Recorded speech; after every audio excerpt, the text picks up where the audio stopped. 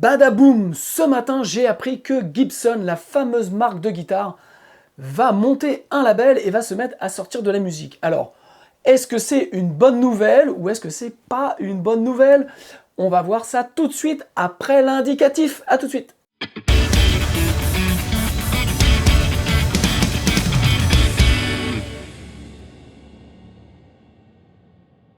Salut à toutes et tous, c'est Jaf. Aujourd'hui dans Bibi Blabla, nous allons parler de la nouvelle qui vient de tomber sur les téléscripteurs, oui chers amis, c'est-à-dire que Gibson, la fameuse marque de guitare, monte un label et va sortir notamment l'album l'année prochaine, le nouvel album de Slash et Myles Kennedy. Alors, donc j'ai voulu rebondir sur cette nouvelle pour vraiment se poser la question, est-ce que c'est une bonne nouvelle? Alors je pense que c'est une bonne nouvelle pour Slash, peut-être, mais est-ce que c'est une bonne nouvelle pour les amateurs de musique et est-ce que c'est une bonne nouvelle pour le monde du disque, le monde de la musique? En attendant donc mes propos, qui vont bien entendu, je pense, faire réagir les plus coriaces d'entre vous, je vous invite à aller jeter un petit œil dans le descriptif. Vous avez des e-books gratuits à télécharger. Et pour celles et ceux qui veulent aller plus loin, vous avez des formations, je vous laisse aller y faire un tour. Donc, Gibson se met à produire de la musique, au sens producteur phonographique. Alors c'est quand même assez surprenant puisque Gibson, il y a 2-3 ans, était dans une très mauvaise passe, avait été en faillite. C'était d'ailleurs une nouvelle assez incroyable, une marque à plus de 127 ans, qui a une notoriété mondiale, enfin qui est cultissime, annonce le dépôt de bilan et annonce limite voilà, la fin de l'aventure. Alors bien entendu, ça s'est pas passé comme ça, bien entendu, ils ont trouvé de l'argent, la marque Gibson est trop forte, donc ça c'est ultra important, la notion de marque, et puis dans la marque, il y a d'autres marques, dont la marque Les Paul.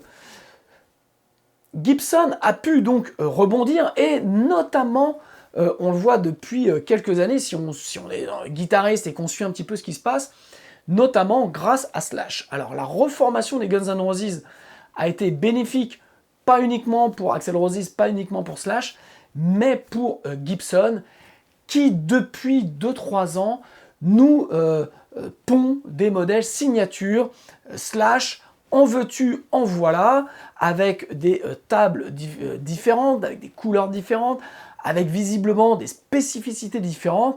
Maintenant, moi les gars, je ne vois que des Les Paul. On se calme, on se calme, on se calme.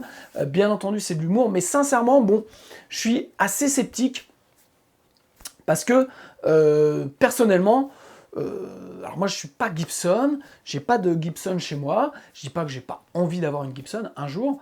Le côté Slash signature, je trouve que c'est un petit peu forcément un peu la poule aux œufs d'or, c'est-à-dire que vraiment ils nous sortent des modèles signature à tout va pour vendre, mais visiblement ça marche bien. Donc Gibson, on le sait, a eu des gros problèmes financiers, alors dû en partie aussi à une énorme baisse des ventes de guitares donc partout dans le monde, toutes marques confondues.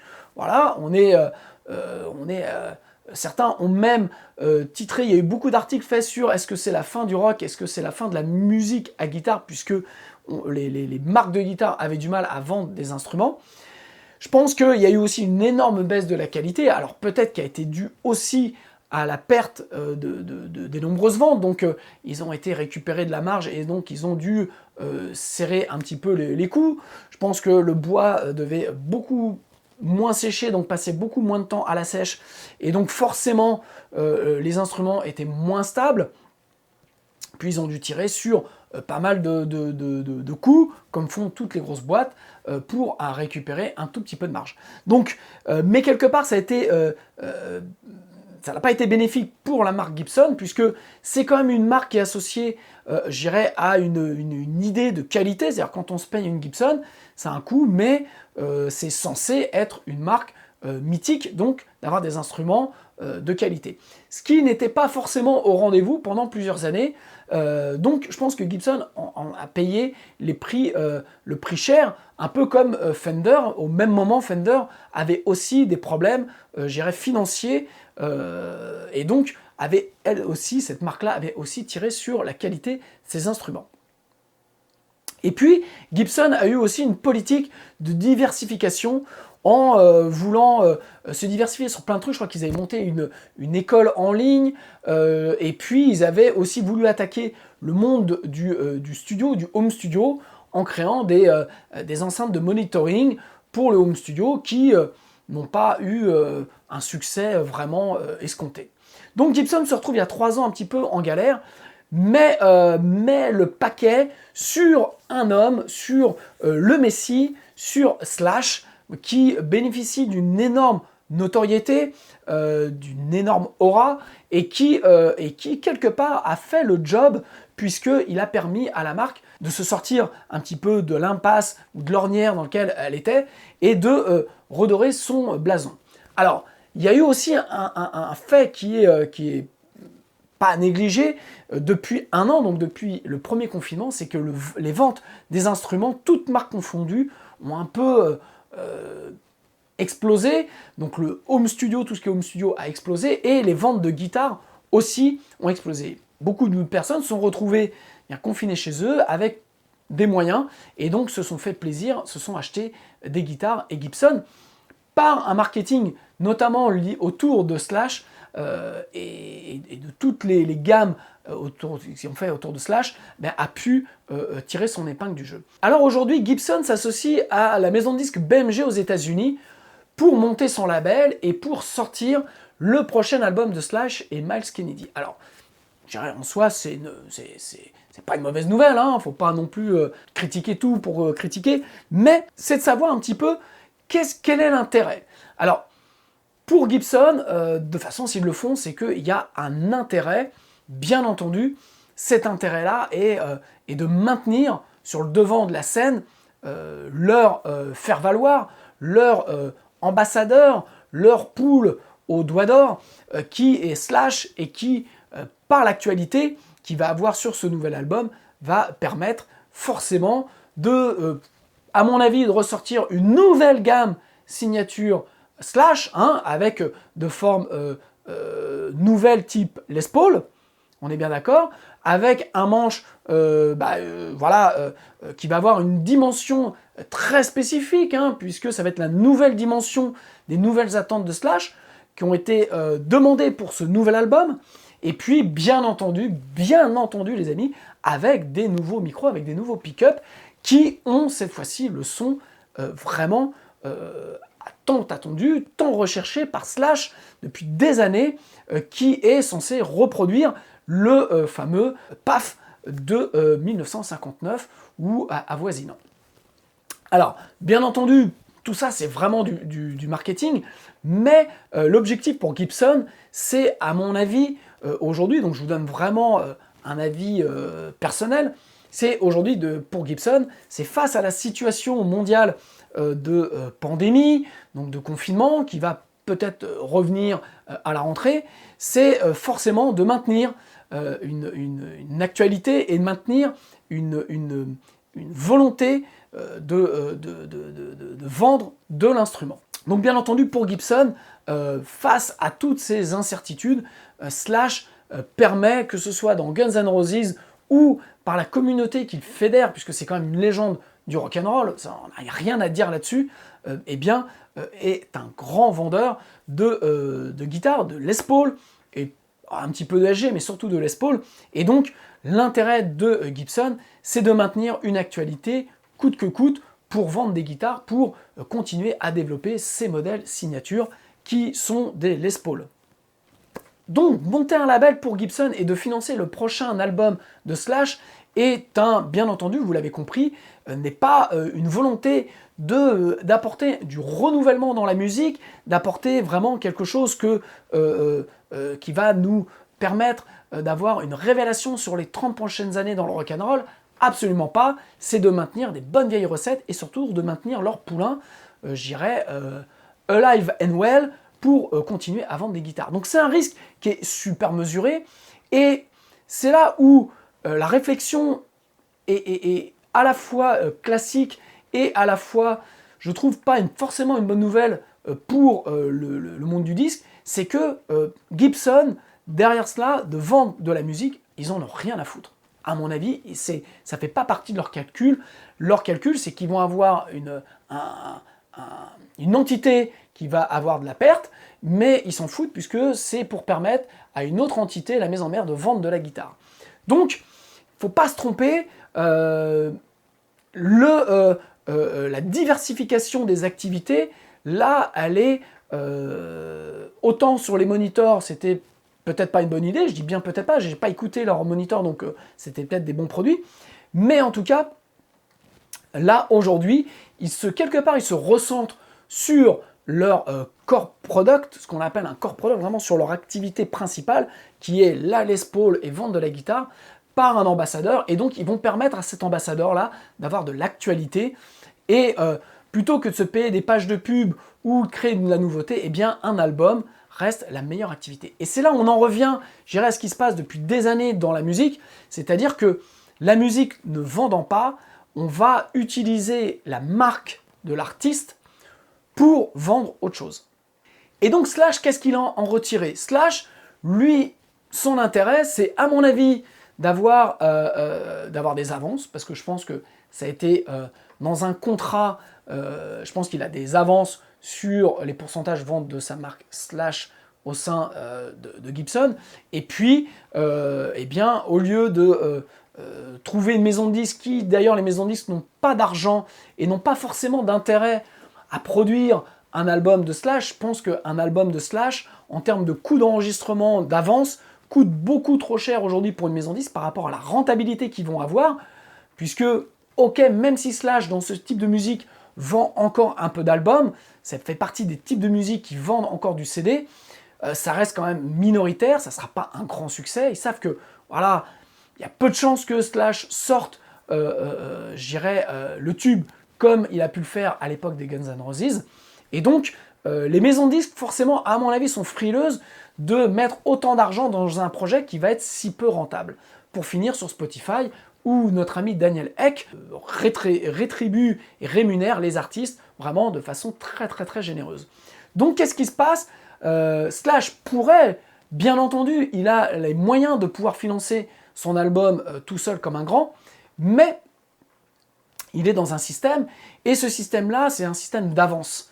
Voilà, c'est-à-dire que les maisons de disques donnaient des avances aux artistes pour les attirer, et en fait, permettaient, ils ne faisaient ni plus ni moins le travail d'une banque, permettait aux artistes de pouvoir vivre le temps que l'album se fasse, que les ventes se fassent, et puis après ils partaient en tournée, et donc voilà, c'était un calcul d'entrée et de sortie, mais je pense que Slash aujourd'hui ne peut pas avoir une maison de disques qui va financer comme par rapport à son train de vie, par rapport à sa marque, ce que vaut sa marque, Slash.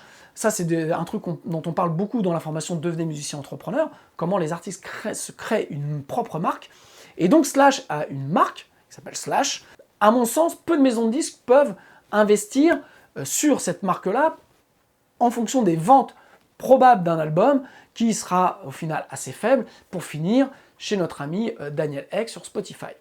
Donc Slash, en bon businessman qu'il est, cherche aussi à créer une joint venture, donc un rapprochement entre deux marques, et ces deux marques-là, c'est Gibson et c'est Slash. Donc faut pas se dire, tiens, super, bonne nouvelle, Gibson monte un label, donc va relancer l'industrie du disque. Non, non, du tout, Gibson vend de la guitare, et donc va financer ses poulains, ses meilleurs ambassadeurs pour continuer à vendre de la guitare, ce qui est, on peut pas en vouloir, ce qui est logique. Et donc Slash aujourd'hui depuis quelques années est son meilleur ambassadeur, puisque c'est une des rares légendes du rock encore en activité, encore à peu près jeune, et qui soit dans son groupe phare Guns N' Roses, soit en solo, eh bien maintient une énorme visibilité et surtout une énorme aura. Donc on pourrait applaudir l'initiative, mais je pense que l'initiative de Gibson n'est pas, comme je vous disais, de découvrir des nouveaux talents, de sortir vraiment ce qui va être la musique des 30 prochaines années. Leur objectif, je pense, c'est de continuer à vendre leur Les Paul, qui a une forme définie depuis 50 ou 60 ans maintenant, et donc continuer à en vendre. On est typiquement dans ce qu'on appelle les contrats 360, c'est-à-dire des contrats que signent aujourd'hui de plus en plus d'artistes qui ont encore une notoriété, qui représentent encore une marque, leur propre marque, et qui, en fait, je dirais, cèdent absolument tout à une entité. Donc ça peut être, la plus connue, c'était Live Nation, qui fait encore tourner beaucoup d'artistes dans les plus grands stades, et qui récupère tous les revenus, que ce soit discographique, que ce soit sur le merchandising, sur les tournées bien entendu, sur l'association avec des marques, sur du branding autre. Bref, je pense que Slash a aujourd'hui signé avec Gibson un contrat 360, je pense, je n'en sais rien, mais en tout cas, ça y ressemble fort, puisque je pense qu'il avait déjà un contrat d'endorsement sur sa marque de guitare. Donc là, maintenant, ils vont passer sur la partie label, et fort à parier qu'il y ait une association, peut-être pas à 100%, puisque à moins que Gibson décide de monter aussi une boîte de tournée, mais je pense que voilà, la marque Gibson, label, va faire tourner Slash via un promoteur dont c'est le métier, pour mettre en avant aussi des panneaux Gibson, des stands Gibson sur les lieux de concert. Et donc, pas en vente sur les lieux de concert, bien entendu, mais vendre de la casquette Gibson, vendre du t-shirt Gibson avec Slash dessus. Bref, le business est bien pensé, et je pense qu'il est bien réglé. Donc cela, ces contrats 360 apportent quelque part un revenu unique aux artistes, c'est-à-dire qu'ils cèdent absolument tout, et puis ils ont des avances, et puis ils ont un revenu unique qui provient d'une manne différente de sources de revenus, mais ça, eux, ils n'ont pas à gérer, puisque c'est un peu ce qu'on voit dans Devenir musicien entrepreneur. Pour les artistes qui veulent devenir entrepreneurs, l'idée c'est que forcément il n'y a pas que la musique, il y a tout un tas d'autres revenus que vous pouvez développer en tant qu'artiste qui vont vous permettre de gagner de l'argent. Mais ça, il faut avoir envie de le faire, et puis quand on est Slash, on a autre chose à faire que de s'occuper de tout ça. Ce qui est dommage, parce que il pourrait monter sa propre structure et gérer, je dirais, ça pour gagner plus d'argent, mais peut-être qu'il n'en a pas besoin. Bref, c'est un autre sujet, et puis je ne connais pas vraiment le montant de tout cela. Peut-être qu'à la place de cela, je me dirais, bah, moi je joue de la guitare, et puis je laisse les autres se prendre la majorité du gâteau. Mais voilà, moi ça me suffit pour payer ma Rolls, mes domestiques, et être tranquille, pépouze. J'allais dire fumer des clopes, bah non, parce que je crois qu'il ne fume plus de clopes. Mais là n'est pas, bien entendu, le propos de cette vidéo. Personnellement, je trouve juste dommage qu'un artiste qui a cette renommée-là ne profite pas. J'aurais été plus intéressé de savoir que Slash montait son propre label, comme l'a fait Jack White, pour pouvoir permettre de découvrir de nouveaux artistes.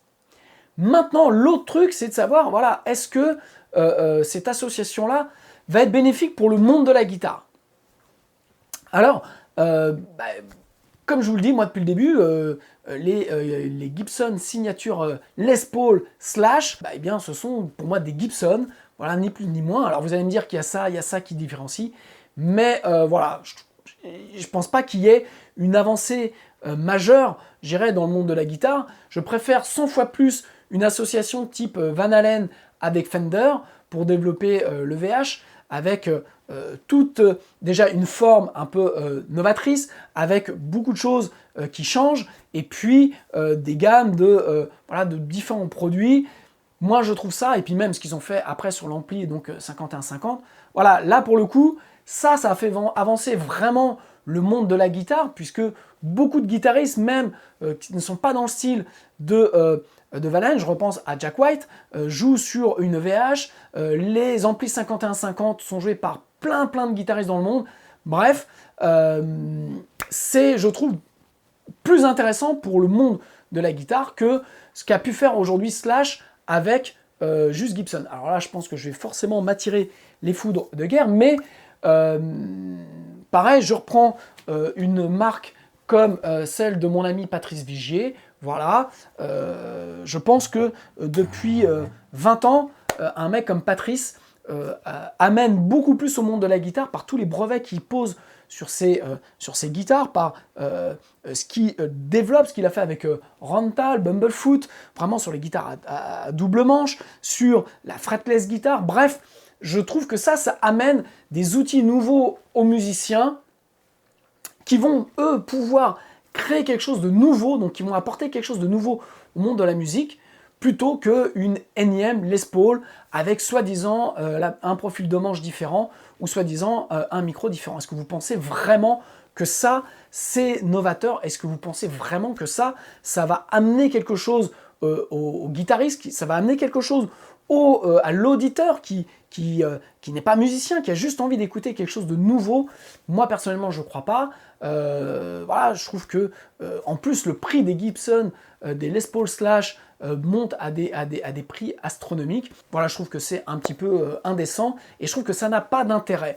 Donc, voilà ma réaction sur cette nouvelle que Gibson lance son label. Donc, je dirais, là, j'ai un peu la dent dure. On verra dans quelques années s'ils ont sorti autre chose que Slash et est-ce qu'ils ont découvert, parce que le rôle d'un label, le rôle d'un producteur phonographique est de découvrir, je dirais, la musique de demain. Donc, est-ce qu'ils vont avoir cette volonté de faire quelque chose? Bon, voilà, je peux avoir des doutes, mais bien entendu, j'ai le droit de me tromper. Donc, est-ce qu'ils vont faire ça? C'est l'avenir qui va nous le dire. Ou est-ce que c'est juste un one-shot pour mettre encore plus de Gibson Les Paul Slash en avant, vendre plus de Gibson, gagner un peu plus de fric, et au final, ne pas faire avancer la musique. Le dernier point qui me paraît est problématique, et en même temps, il n'y a rien de nouveau, et c'est une constante qu'il faut que les artistes doivent prendre en compte. Donc Gibson, je pense que n'a absolument rien à faire de gagner de l'argent avec la musique de Slash. C'est un moyen de remettre en avant la marque et de faire tourner l'artiste. Il va se passer que ça va finir forcément sur Spotify et que, une fois de plus, on voit bien, la musique n'est qu'un vecteur pour vendre autre chose. Et ça, c'est une constante maintenant depuis plusieurs années, c'est-à-dire que la musique ne rapporte pas en tant que telle, elle rapporte dès l'instant où vous avez autre chose à vendre. Et ça, c'est toute la réflexion que personnellement j'ai par la première vidéo que j'ai faite sur arrêter de vendre votre musique. Donc je vous mets le lien ici. Et puis vous pouvez aller voir, il y a une part 2 à cette vidéo. Et toute la réflexion que l'on a au sein de la formation Devenez musicien entrepreneur, où vraiment la stratégie Spotify n'est qu'une stratégie, je dirais, de visibilité, et en aucun cas ne peut être une stratégie de rentabilité. Et donc hier, je suis tombé sur un article, je pense qu'on en reparlera, je vous ferai un bibi blabla là-dessus, que la majorité des bénéficiaires, des gens, enfin des artistes qui sont sur Spotify, la majorité touche moins de 36 € par an de redevances via Spotify. Donc c'est les plus gros vendeurs, au final touchent que dalle.